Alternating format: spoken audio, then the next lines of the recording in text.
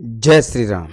दोस्तों, दवा जेब में जाने से कोई फर्क नहीं पड़ता। अगर वही दवा शरीर में जाती है तो रोगी ठीक हो जाता है। उसी प्रकार अच्छे विचार आप रोज पढ़ते हैं, जब तक मन में नहीं उतरे तब तक कोई फायदा नहीं होता। अगर आपके मन में उतर गए और अच्छे विचारों का आपने दिल से लगाव कर लिया तो जीवन धन्य हो जाएगा। मैं एस्ट्रोलॉजर मदन मोहन लखोटिया, मेरे यूट्यूब चैनल पर आप सबका एक बार पुनः हार्दिक स्वागत करता हूं। आज बात करेंगे कर्क राशि के बारे में। कर्क राशि मार्च 2026 कैसा होगा? मार्च 2026 दोस्तों, 1 मार्च 2031 से 1 मार्च 2026 से 31 मार्च 2026 तक के लिए यह वीडियो जारी कर रहा हूं। मेरे मोबाइल नंबर 9829911500। चंद्र कुंडली के अनुसार जिन लोगों की राशि कर्क बनती है उन लोगों को यह वीडियो समर्पित करता हूं। दोस्तों, सभी विषय पे चर्चा करेंगे। कुंडली के 12 भाव होते हैं, 12 पे ही चर्चा करेंगे, जिससे आपको यह मालूम पड़ सके कि मार्च 2026 में क्या स्थिति रहेगी। वर्तमान समय में कर्क राशि के लोगों को एक कुछ न कुछ हल्का सा तनाव जैसी अवस्था का आभास होता है। ऐसा क्यों? क्योंकि यहां पे वर्तमान समय में मंगल बैठे हैं। कहां पे? कुंडली के 7वें भाव में। यह मंगल 23 तारीख को कुंडली के 8वें भाव में चले जाएंगे। देखिए, मैं दोनों जगह मंगल दिखाया, आपको समझाने के लिए यहां पे लिखा है। ये 23 फरवरी को यहां पे चले जाएंगे। जब मंगल यहां पे चले जाएंगे तो तनाव तो रहेगा, लेकिन इस प्रकार का तनाव नहीं रहेगा, प्रकार बदल जाएगा। जो अभी तनाव है वो तनाव मान सम्मान प्रतिष्ठा में भी कमी करता है, सोचने समझने की स्थितियां भी खराब करता है, निर्णय लेने में भी तकलीफें देता है, शारीरिक पीड़ा देता है, चिड़चिड़ापन पैदा करता है, गुस्से जैसी अवस्था का आभास कराता है। आदमी एक संदेहपद स्थिति में हो जाता है, क्या करूं क्या ना करूं, ऐसी अवस्था का आभास करा देता है। तो ऐसी स्थिति में बहुत बड़ा बदलाव, हां, मार्च 2026 में भी मंगल यहां पे आएंगे तो तकलीफ देंगे, लेकिन इसमें फर्क है, वो आप देखेंगे। कुंडली का दूसरा धन का भाव होता है और धन के भाव की स्थितियां ठीक नहीं है।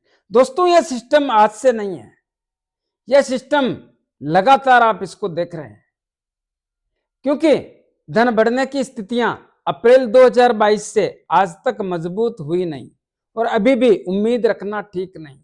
मार्च 2026 में भी धन की आवक ना तो बढ़ेगी और गलती से बढ़ भी गया तो बचेगा नहीं, क्योंकि जो स्थितियां बनी हुई है वो खर्च करवा देगी। और वैसे भी कुंडली के 8वें भाव में मंगलदेव, राहुदेव, सूर्यदेव और बुधदेव रहेंगे, तो ग्रहण दोष अलग है।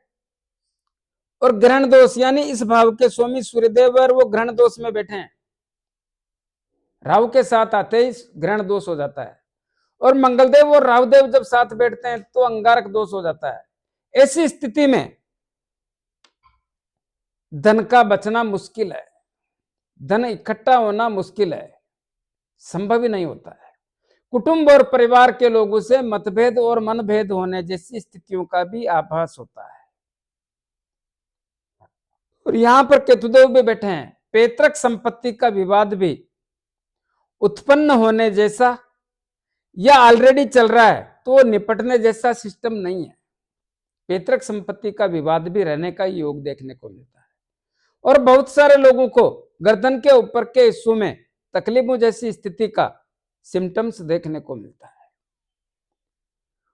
और वैसे भी बात करें तो रिश्ते नाते तो आपके 2022 से बहुत खराब और कमजोर जैसी स्थितियों का आभास होता है। इसमें देखने की स्थिति क्या है, अभी सुधरने जैसे नहीं है, ऐसा लगता नहीं है कि रिश्तों में सुधार है। हाँ, अभी तो वो लोग जिनको आप अपना मित्र मानते हैं, रिश्तेदार मानते हैं, उनसे भी सावधानी से रिश्ते बनाकर रखने का प्रयास करें, क्योंकि इस भाव के स्वामी भी अष्टम भाव में चले जाएंगे, तो यह स्थिति भी ठीक नहीं है।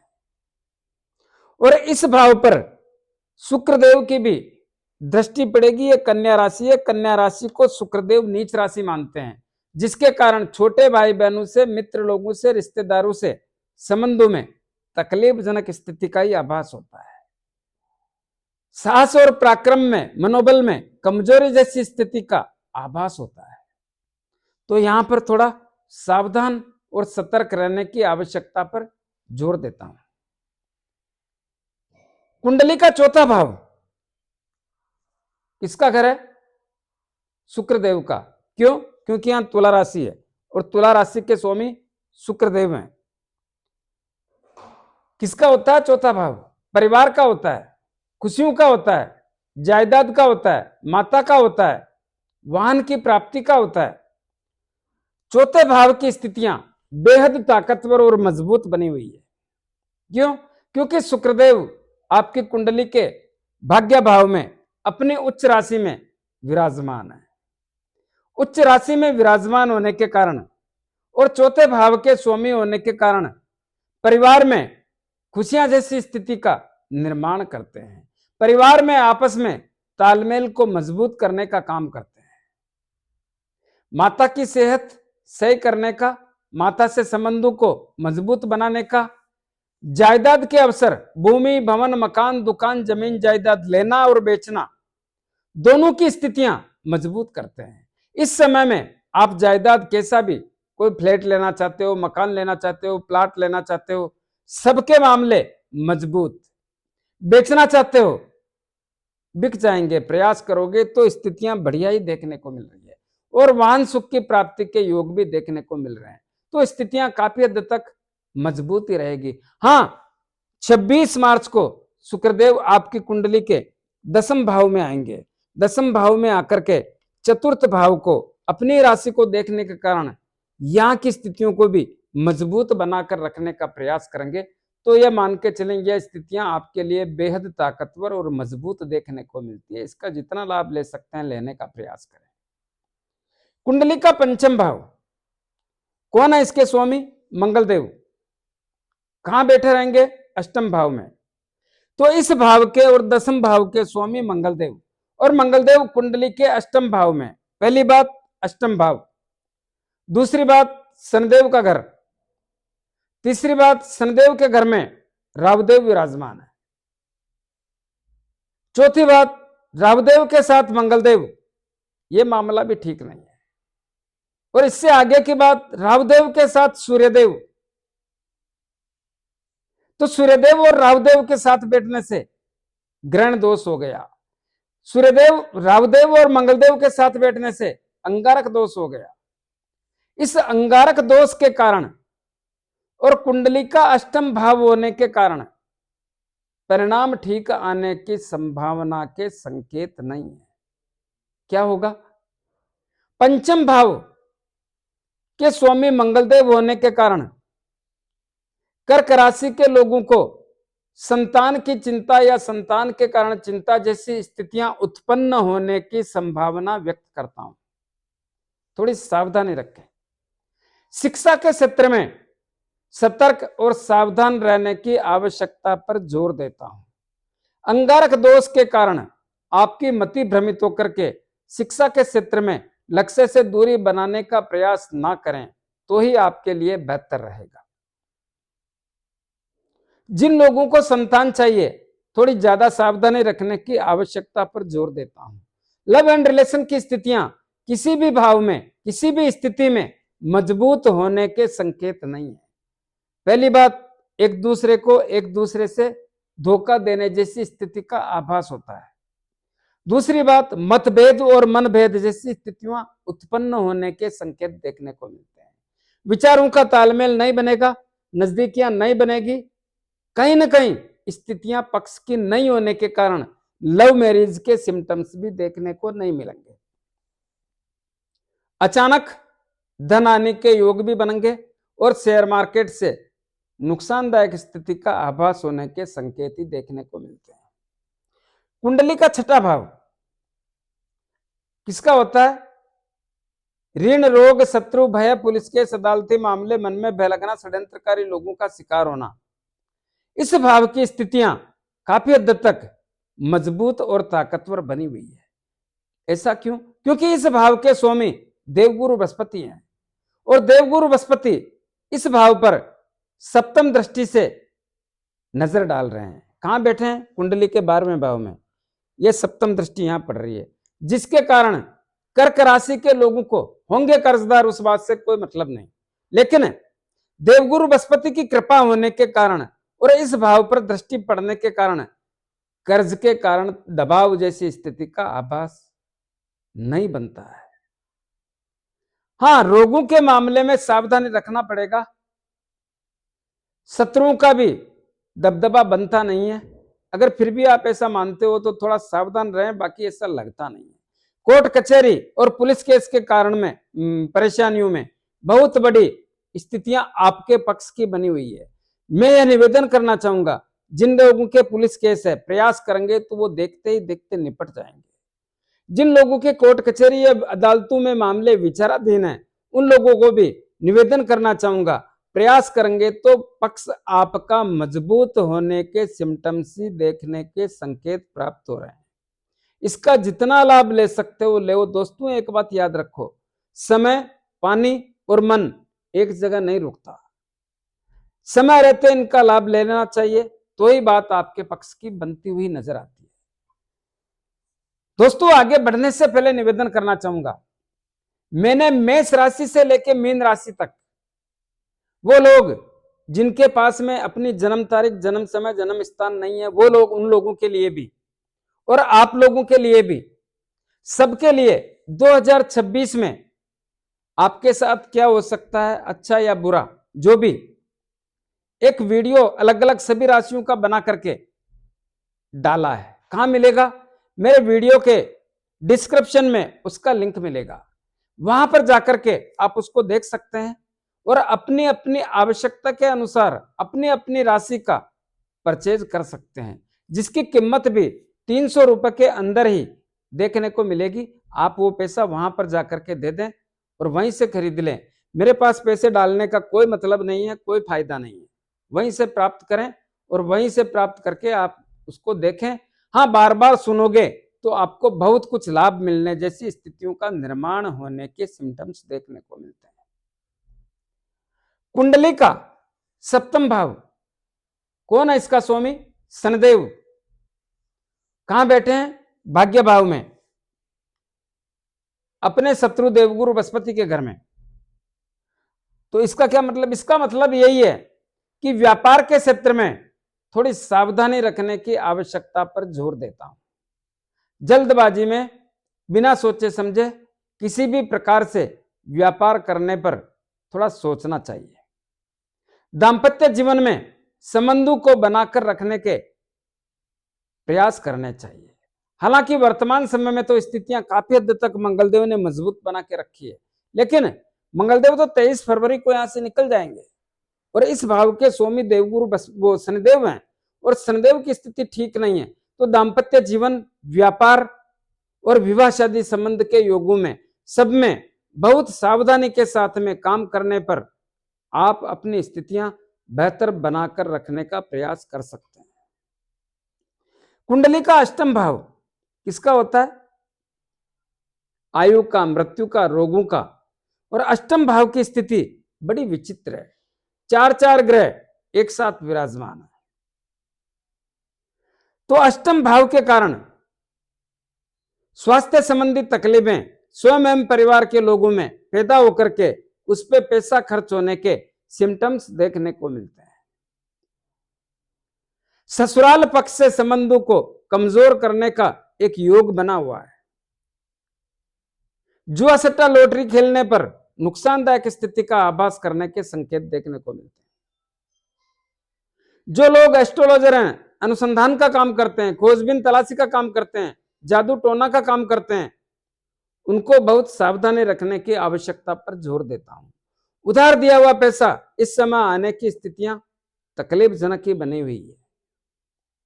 भाग्य भाव की स्थितियां शनिदेव और शुक्रदेव की युति है, और शुक्रदेव आपकी कुंडली के भाग्य भाव में उच्च राशि में विराजमान है। तो भाग्य शुक्रदेव अकेले मजबूत बनाकर रखने में सक्षम रहेंगे। यानी इस समय में वो काम जो आप अधूरा है उसको करना चाहते हैं, प्रयास करें तो होगा, नया काम भी होगा। लक्ष्य प्राप्ति के अवसर 25 मार्च 2026 तक बहुत अच्छे और मजबूत देखने को मिलते हैं, क्योंकि 26 तारीख को शुक्रदेव आपकी कुंडली के दसम भाव में चले जाएंगे। तब शनिदेव अकेले रह जाएंगे, तो भाग्य का इतना मजबूत सहयोग नहीं मिलेगा। कुंडली का दसम भाव कर्म और कैरियर, नौकरी एवं सरकारी नौकरी, और इस भाव के स्वामी मंगलदेव कहां बैठे हैं? कुंडली के अष्टम भाव में। किसके साथ बैठे हैं? राहुदेव के साथ। किसके घर में बैठे हैं? शनिदेव के घर में। क्या हो गया? स्थितियां ठीक नहीं है। और सबसे बड़ी बात है, अंगारक दोष हो गया। ग्रहण दोष, अंगारक दोष दोनों ही ठीक नहीं है। तो क्या करना चाहिए? मार्च 2026 में कर्म और कैरियर यानी नौकरी एवं सरकारी नौकरी के क्षेत्र में बहुत सावधानी और सतर्कता रखने की आवश्यकता पर जोर देता हूं। डरने की जरूरत नहीं है, मैं बोलूं उसको समझने की जरूरत है। इस समय में बॉस लोगों से संबंध कमजोर होने का, अपने साथी काम करने वाले उनसे संबंधों में गिरावट आने का, या वो लोग आपके साथ राजनीति करने जैसा सिम्टम्स देखने को मिलता है। काम का दबाव, काम से तनाव, मानसिक परेशानी पैदा होने के सिम्टम्स भी देखने को मिलते हैं। इस समय में मन करेगा स्थान परिवर्तन करें, क्योंकि मेरे को ज्यादा पैसा चाहिए, इतने पैसे से काम नहीं चलता है, इतने पैसे में इतना लंबा समय हो गया और इतने पैसे मिल रहे हैं। नहीं, गलत है। मेरे को सब कुछ आता है, मैं सब कुछ जानता हूं, लेकिन मेरा पैसा नहीं बढ़ रहा है। ऐसे विचार आपके मन में आएंगे। लेकिन दोस्तों, यही निवेदन करना चाहूंगा, इस समय आपके दसम भाव के स्वामी मंगलदेव अंगारक दोष में फंसे हुए हैं। इस समय में किसी भी प्रकार से मन में व्याकुलता और बेचैनी पैदा करने से बचें और अपने काम को शांति प्रिय तरीके से करने का प्रयास करें, तो आपके लिए बेहतर रहेगा। इस समय में राजनीति के क्षेत्र वालों को भी बहुत सावधानी और सतर्कता रखने की आवश्यकता पर जोर देता हूं।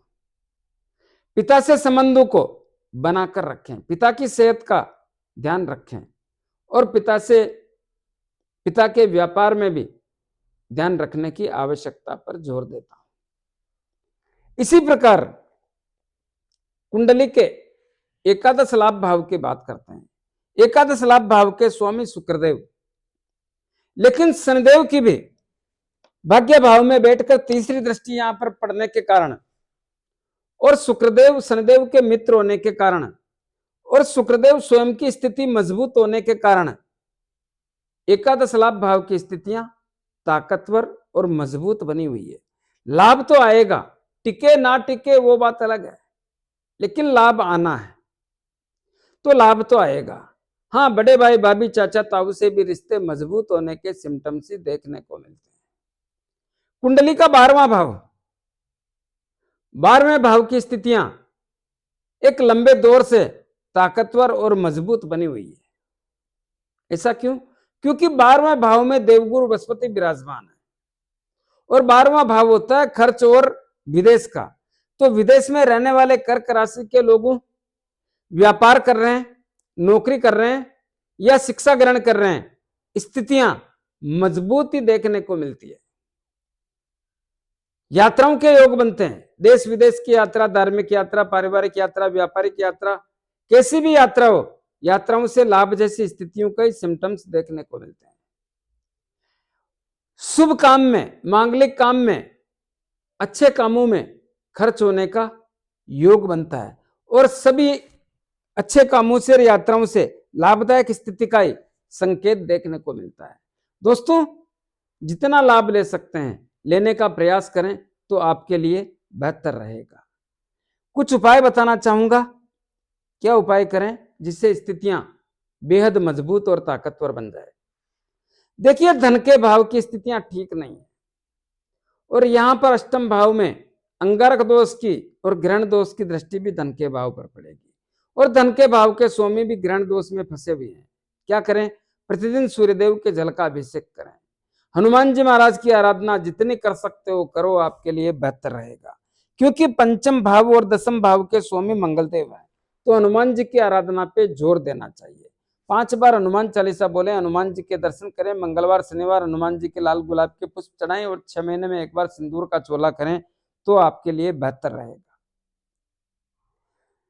इसी प्रकार राहुदेव और केतुदेव के लिए पक्षियों को दाना पानी और कुत्तों को रोटी ब्रेड बिस्किट खिलाएं, दूध पिलाएं प्रतिदिन।